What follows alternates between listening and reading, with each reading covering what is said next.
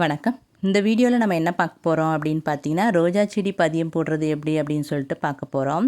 வீடியோவை முழுமையாக பாருங்கள். அப்போ நான் என்ன சொல்ல வரேன் அப்படிங்கிறது தெளிவாக புரியும். இந்த செடி நான் பதியம் போட்டு அதை தனியாக ஒரு க்ரோ பேக்குக்கு மாற்றி வச்ச செடி. இது எந்த அளவுக்கு அழகாக வளர்ந்து வந்திருக்கு அப்படின்ட்டு பாருங்கள். ரோஜா செடியிலே பன்னீர் ரோஸ் செடி பதியம் போட்டோம் அப்படின்னா 100% வெற்றி உறுதி. என்னுடைய அனுபவம் மூலியமாக நான் தெரிஞ்சுக்கிட்டது. இப்போ நீங்கள் பார்த்த செடி தான் இது. பதியம் போட்டு நான் எடுத்து வைக்கும்போது எந்த அளவுக்கு வேர் வளர்ந்து வந்திருக்கு அப்படின்ட்டு பாருங்கள். சூப்பராக அழகாக வேர் வளர்ந்து வந்த பிறகு தான் நான் எடுத்து வேறு ஒரு க்ரோ பேக்கில் மாற்றி வச்சேன். அதே டைமில் தான் இந்த ஜாதி மல்லி செடியையும் நான் பதியம் போட்டதை எடுத்து வைக்க போகிறேன். இது ஒரு சின்ன வீடியோவாக நான் போட்டிருந்தேன். பதியம் போட்ட செடியை எப்படி நடவு பண்ணுறது அப்படின்னு சொல்லிட்டு போட்டிருந்தேன். பொதுவாக ஒரு நல்ல அகலமான க்ரோ பேக்கில் மண் கொஞ்சம் தளர்வாக இருக்கிற மாதிரியே பார்த்துக்கங்க. ரொம்ப இறுகிடுச்சுன்னா வேர் வளர்ந்து வராது. வேர் அழுகி போயிடும். கொஞ்சம் தளர்வாக இருக்கிற மாதிரி பார்த்துக்கிட்டோம் அப்படின்னா ரொம்ப நல்லது. நான் வைக்கும்போது இது நவம்பர் 28 வாக்கில், போன வருஷம் நவம்பர் 28 வாக்கில் நான் இதை எடுத்து நடவு பண்ணேன். நல்ல மழை. அதே டைமில் தான் நான் இப்போ இன்னொரு செடியும் பதியம் போட போகிறேன். அது எப்படி பதியம் போடுறேன் பாருங்கள். அதே தாய் செடியிலேருந்து பதியம் போடுறேன் பாருங்கள். இது பன்னீர் ரோஸ் செடி, தாய் செடி. இந்த செடியில் கொஞ்சமாக கணு இருக்கிற பகுதியில் கீறி விட்டுக்கலாம்.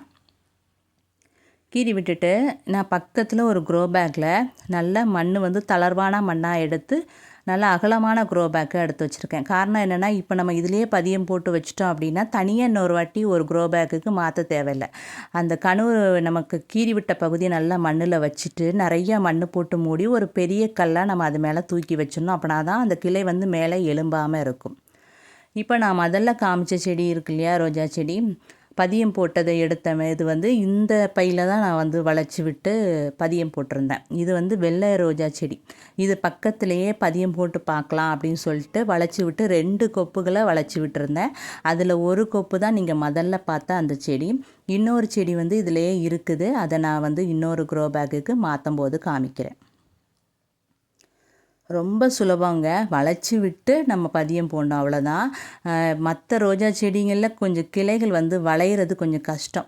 ஆனால் இந்த பன்னீர் ரோஸ் செடியில் நல்லா கொப்பு நல்லா வளைஞ்சு கொடுக்கும். நம்ம ஈஸியாக அழகாக வளைச்சி விட்டு நம்ம பதியம் போட்டுடலாம். இது நல்லா பதியம் போட்ட டைமில் நல்ல மழைங்க. அதனால நல்ல மண், நல்லா நிறைய மண் போட்டு மூடி கல் வச்சதுனால இந்த மழையில் கரைஞ்சி போகாமல் சூப்பராக அழகாக வளர்ந்து வந்துச்சு. எந்த அளவுக்கு மழை பெஞ்சிருக்குன்னு பாருங்கள். நான் பதியம் போட்ட டைமில் இந்த மாதிரி தான் இருந்தது கிளைமேட்டு. பொதுவாக மழை காலத்தில் பதியம் போடுறது ரொம்ப ஈஸியாக அழகாக வளர்ந்து வந்துடும். ஏன்னா வெயில் ரொம்ப இருக்காதனால சீக்கிரமாக நமக்கு துளிர் விட்டு வந்துடும். நல்ல மழை பெஞ்சிருந்துச்சு. அந்த செடி கூட அங்கே தான், அந்த அரளி செடி பக்கத்தில் தான் அந்த ரோஜா செடி வளைச்சி விட்டு போட்டிருந்தேன். இப்போ பாருங்கள் எந்த அளவுக்கு வளைச்சி விட்டு மழை பெஞ்சு அப்புறம் பூவெல்லாம் பூத்துருக்கு பாருங்கள். நம்ம வளைச்சி விடும்போது அந்த மாதிரி பூவெல்லாம் இல்லை. இப்போ இது 70வது நாள் ஆயிடுச்சு. போன வருஷம் நவம்பர் 28 நான் பதியம் போட்டது.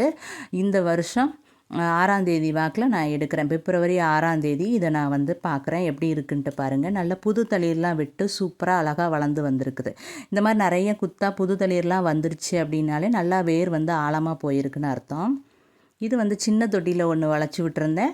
அது ஒரு நல்ல பெரிய க்ரோ பேக்கில் வளைச்சி விட்டுருந்தேன்.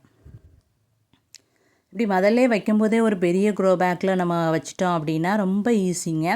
அந்த செடிக்கு ஏற்ற மாதிரி ஹைட்டு, அதாவது வளர்த்தி வச்சுக்கோங்க. கீழே நான் ஒரு சேர் போட்டு அது மேலே இந்த க்ரோ பேக் வச்சு அதில் மண் ரொப்பி இதை வளைச்சி விட்டுருந்தேன். அதனால் ரொம்ப ஈஸியாக என்னால் வளைச்சி அந்த செடியை வளைச்சி கொண்டு வர முடிஞ்சுது.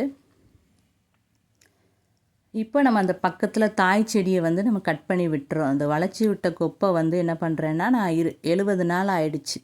அப்புறம் கிட்டத்தட்ட 2 மாதம் வரைக்கும் வெயிட் பண்ணிவிட்டு காத்திருந்து நம்ம இந்த மாதிரி கட் பண்ணோம் அப்படின்னா நல்லா வேர் நல்லா ஸ்ட்ராங்காக வளர்ந்து வந்திருக்கும். அதுக்கப்புறம் நம்ம ஒரு க்ரோ பேக்குக்கு மாற்றிக்கலாம். இப்போ நான் இது சின்ன தொட்டியில் வச்சுருக்கறனால இதை நான் இன்னொரு க்ரோ பேக்குக்கு மாற்றணும். கொஞ்சம் வளர்ந்த பிறகு மாற்றிக்கலாம் அப்படின்னு சொல்லிட்டு வச்சுருக்கேன். ஆனால் அது முதல்லையே பெரிய க்ரோ பேக்லேயே வளைச்சி விட்டதுனால அது மாற்ற தேவையில்லை. இப்போ இந்த வெட்டி விட்ட கிளையில் இந்த கற்றாழையை கொஞ்சம் எடுத்து சொருகி விட்டுறணும். ஏன்னா அதில் ஈரப்பதம் இருக்கணும். இவ்வளோ நாளும் அது டச்சிலே இருந்ததுனால அது கொஞ்சம் ஈரப்பதம் போய்கிட்டே இருந்தது.